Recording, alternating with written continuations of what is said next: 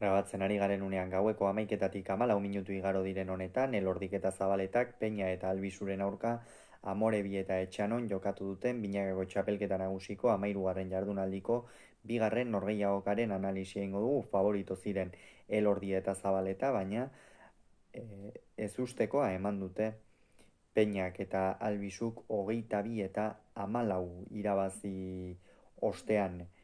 Gogoratuko dugu aurreko jardunaldian Elordik eta Zabaletak galdu egin zutela kasu honetan Laso eta Iztuetaren aurka Idiazabalen 22 eta 13ko emaitzarekin, 22 eta 11ko emaitzarekin, Peñak eta Albisuk berriz irabazi egin zieten Ezkurdia eta Errezustari Oñatin 22 eta 13, beraz, esan daiteke joko boladari dagokionez edo, bibikoteak hain justu ere aurkako dinamiketan iritsi direla, baina sailkapenean ere oso bestelako unean iritsi dira, eta Peñak eta Albizu gaur bai edo bai irabazi beharra zeukaten, oraindik ere galdu ezkero aukera apurren bat izango zuketen, hain zuzen ere Jokin Altuna eta Aitor Arangurenek bihar galduko balute, eta datorren astean Peñak eta Albizuk 22 eta 16 edo tanto gutxiagorengatik irabazi, hor Peña eta Albizu izango lirake barruan,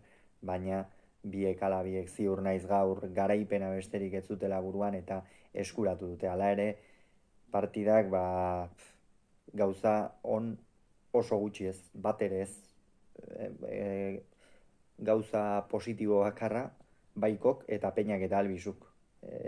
Hiru figura horiek atera dituzte gauza positibo bakarrak gaurko norgehiagoka honetarik. Hasieratik lau pilotariak oso trakets ikusi ditugu, hasieran Jonander Albizu izan da, 3 pilota galdu ditu, bat ere misteriori gabekoak.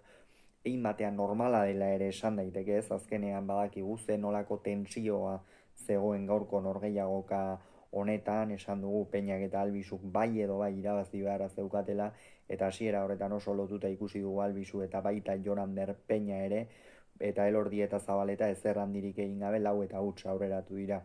Gerora berriz besteak Elordi eta Zabaleta kutsatu dira. Elordi aurrean hartzen zuen pilota bakoitza, naiz eta gozatzen zuen edo oso kamuts ikusi dugu aurrean, eta txapelketan orokorrean ere alaxeari gara ikusten, ez? Peñak eta Albizuk aukeraren bat baldin bazuten gaurkoan irabazteko egin duten bezala hori, Aitor Elordi aurrean apur bat behartzean, ez? Zegoen gakoa. Eta egin batean lortu dute, Aitor Elordi jokoan sartu denean ere esango nuke oso kamuts ibili dela, eta hor bai, asko sufritu dute Elordik eta Zabaletak. Lehen eten aldira, bederatzi eta 6 ere aurreratu dira, hor berriz ere Albizuk une txar bat harrapatu du, baita Peñak ere, eta Aitor Elordi berriz distira edo susperraldi momentu bat izan du hor pare bat tanto ezker gantxo zamaituta, azkenean badakigu Maiabiarraren arma nagusia horixe dela ezker gantxoa, baina hor ere ez dute asmatu, inondik inora ere, eta ondorioz 12 eta 10 iritsi dira, eta hortikan aurrera partidak ez du kolorerik izan. Jose Javier Zabaleta hasieran esan dugu okerraritu dela, baina behintzat, pilotaka batzuk kendu ditu, ikusten zen jokorako bat zegoela, nahiz eta pilota galdu dituen bigarren zatian, baina oso asko urduritu da, etxarrengoa lehengo astean ere oso partida kaiskarra jokatu zuen, gaurkoan ez da lehengo astean bezain bestekoa izan, baina hala ere oso kaskarra aritu da Zabaleta, eta horrek noski Elordiri aukerak asko murriztu dizkio, Maiabitarra sartu denean ere oso behartuta eta batean esan daiteke derrigortuta ere bazegoela Zabaleta nola zegoen ikusita tantoak amaitzera, eta bikote honen funtzionamendua ez dago horretarako ezarrita, edo kombinazioa ez dago funtzionamendu horretarako ezarrita, eta 18 eta 10 aurreratu dira. Gero berriz ere Peñak oso momentu on bat izan du, orain zuzen ere errematean eta fin ibili dena, defensan oso ongi aritu da Jonander, bere pilotak ere galdu ditu, eta bestek esango nuke bera izan dela laukotean onena, naiz eta laukotean onena hautatzea gaur oso zaila zen, baina batekin geratu beharko banu